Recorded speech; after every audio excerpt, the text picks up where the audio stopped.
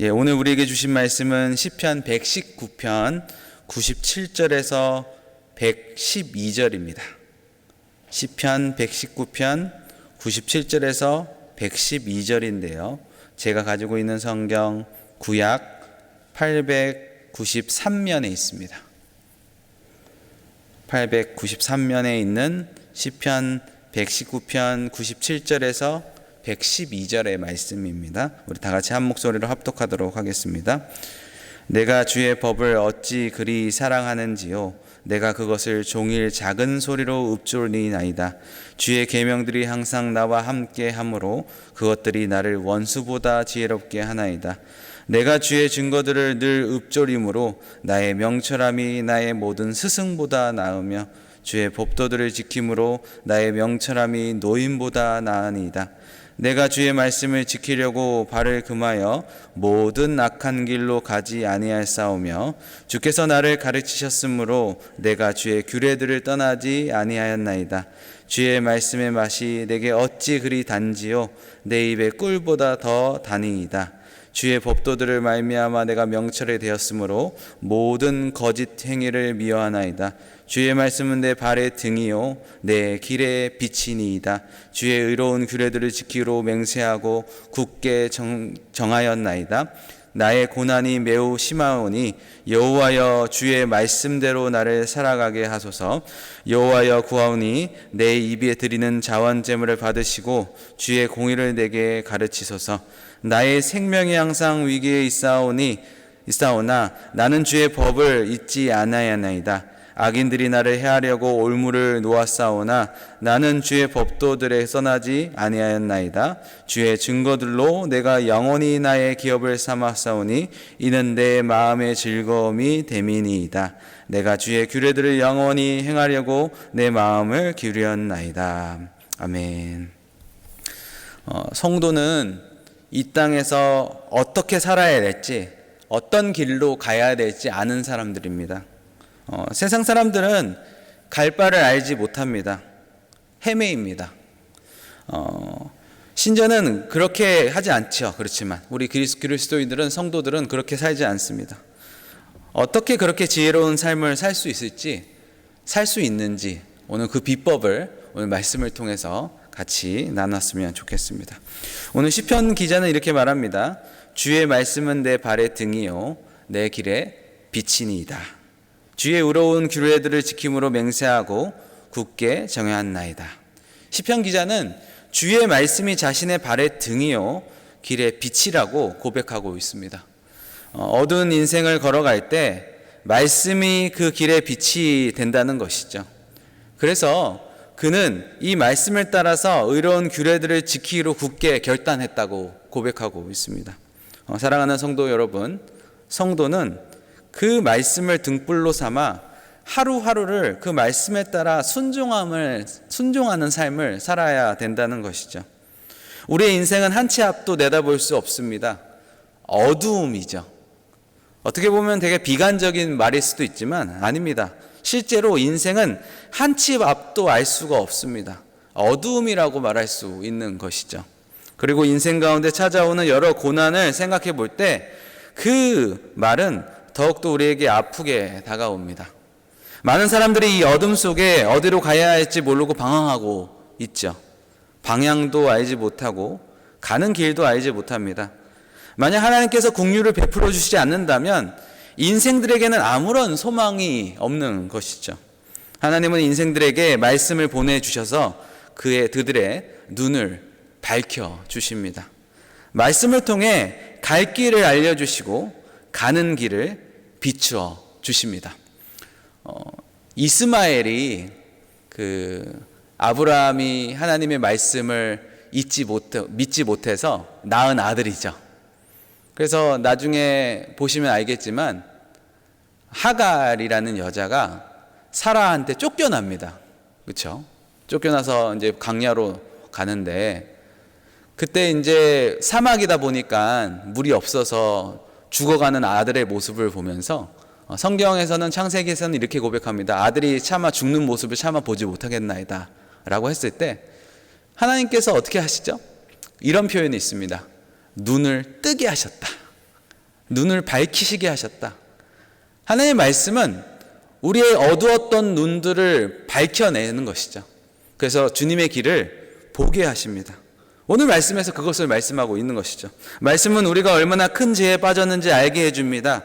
말씀은 그 죄에서 벗어날 수 있는 길을 우리에게 알려줍니다. 그렇습니다. 말씀은 예수 그리스도를 바라보게 한다는 것이죠. 그리고 그 십자가를 통해서 구원의 길을 발견하게 합니다. 그리고 이제 구원받은 자들에게는 어디를 향해 어떻게 가야 될지를 날마다 비춰주신다는 것이죠. 여러분, 우리는 이 말씀을 의지하여 살아가기로 결단해야 됩니다. 이 말씀의 인도에 따라 주의 길을 걸어가야 된다는 것이죠. 오늘 주님과 그 말씀과 동행하시는 우리 모든 성도님들 되셨으면 좋겠습니다. 계속해서 시편 기자는 이렇게 말합니다. 나의 고난이 매우 심하오니 여호와여 주의 말씀대로 나를 살아나게 하소서. 여호와여 구하오니 내 입이 드리는 자원 제물을 받으시고 주의 공의를 내게 가르치소서. 시편 기자는 자신의 고난이 매우 심하다고 고백하고 있습니다. 그는 이 순간에 주의 말씀을 따라 자신이 살아내게 해달라고 간구하고 있는 것이죠. 그는 자신의 입에 고백을 제물을 받으시고 주의 공의를 가르쳐 달라고 간구하고 있는 것이죠. 그는 왜 공의를 구하고 있는 걸까요? 왜냐하면 악인들의 주의 종을 해하려고 달려오기 때문인 것입니다. 그는 이러한 고통의 순간에도 주의 법도들에서 떠나지 않게 해달라고 호소하고 있는 것이죠. 여러분, 성도는 악한 세상 속에서 고난을 당할 때 말씀을 의지하며 의의 길로 걸어가야 된다는 것이죠. 우리는 고난이 점점 심해질 때 하나님을 찾아야 합니다. 그분께 하소연해야 됩니다. 하나님만이 이 고난의 문제를 해결하실 수 있기 때문인 것이죠. 저희 둘째 세인이가 그렇게 잘 일러요. 언니가 이렇게 했다고, 저 자신에게 무슨 일이 있었다고 그렇게 잘 엄마 아빠한테 말해요. 그러고 보니까 엄마 아빠는 어떻게 하죠? 반응을 하죠. 우리도 마찬가지로 무슨 일이 있든지 무슨 상황이 있든지 일어나는 개념이 아니라 하나님께 구해야 된다는 것이죠. 하나님, 나에게 다른 사람들한테는 희망이 없습니다. 사람들은 믿을 수가 없습니다. 그러나 우리는 하나님을 믿어야 된다는 것을 오늘 본문에서 말하고 있습니다. 사도행전에서 제자들이 대적들의 위험을 이길 수 있게 해달라고 기도를 했습니다. 그리고 주님은 그 기도를 실실하게 응답하셨다는 것을 우리가 사도행전을 통해서 볼 수 있습니다. 우리는 고난이 심할 때 주님의 도우심을 구해야 됩니다. 주님께서 우리의 영혼을 회복해 주심을 간구해야 된다는 것이죠. 그리고 이렇게 우리에게 큰 고통에 가져오는 악한 세력이 하나님의 공의 앞에서 무너지게 해달라고 간구해야 된다는 것이죠. 혹시 여러분 큰 고난 중에 고통 속에 있으십니까? 악한 자들의 핍박 속에 고난을 당하고 계십니까? 대적들의 위험을 하감시키시고 하나님의 공의를 보게 해달라고 간구하시는 우리 성도님들이 다 되시길 주님의 이름으로 축복합니다. 주님께서 말씀으로 우리에게 영혼에게 새 힘을 공급해 주시는 것을 경험하게 될 것입니다. 또 시편 기자는 이렇게 말합니다. 주의 증거대로 내가 영원히 나의 기업을 삼았사오니 이는 내 마음의 즐거움이 됨이니이다. 내가 주의 율례들을 영원히 행하려고 내 마음을 기울였나이다. 시편 기자는 자신이 주의 증거들을 자신의 영혼의 기업으로 삼았다고 고백하고 있는 것이죠. 그는 주의 율례들을 영원히 행하려고 내 마음을 기울였다고 말하고 있습니다. 이것은 세상의 즐거움과 가르침이 아닌 오직 주의 말씀만이 영원한 진리임을 인정하고 따르겠다는 신앙 고백입니다. 여러분, 성도는 주의 말씀만이 영원히 참되다는 것을 믿고 순종하기에 힘써야 된다는 것이죠. 세상의 가르침은 항상 바뀝니다. 10년 전에 옳았던 이야기가 10년 후에는 틀릴 수도 있습니다. 또 누군가에게 맞는 말이지만 또 다른 사람에게는 틀린 말이 됩니다. 세상의 가르침은 시간의 지남에 따라 혹시 상황의 변함에 따라 혹 사람에 따라 맞게 다 변경이 됩니다. 이런 가르침을 의지해서 하나밖에 없는 인생을 살아가는 것은 그야말로 대단히 위험하고 모호한 일인 것이죠. 혹 대단히 어리석은 일일 수도 있습니다. 우리는 이렇게 변하는 세상 속에서 변하지 않는 가치를 붙들어야 된다고 성경은 말하고 있습니다.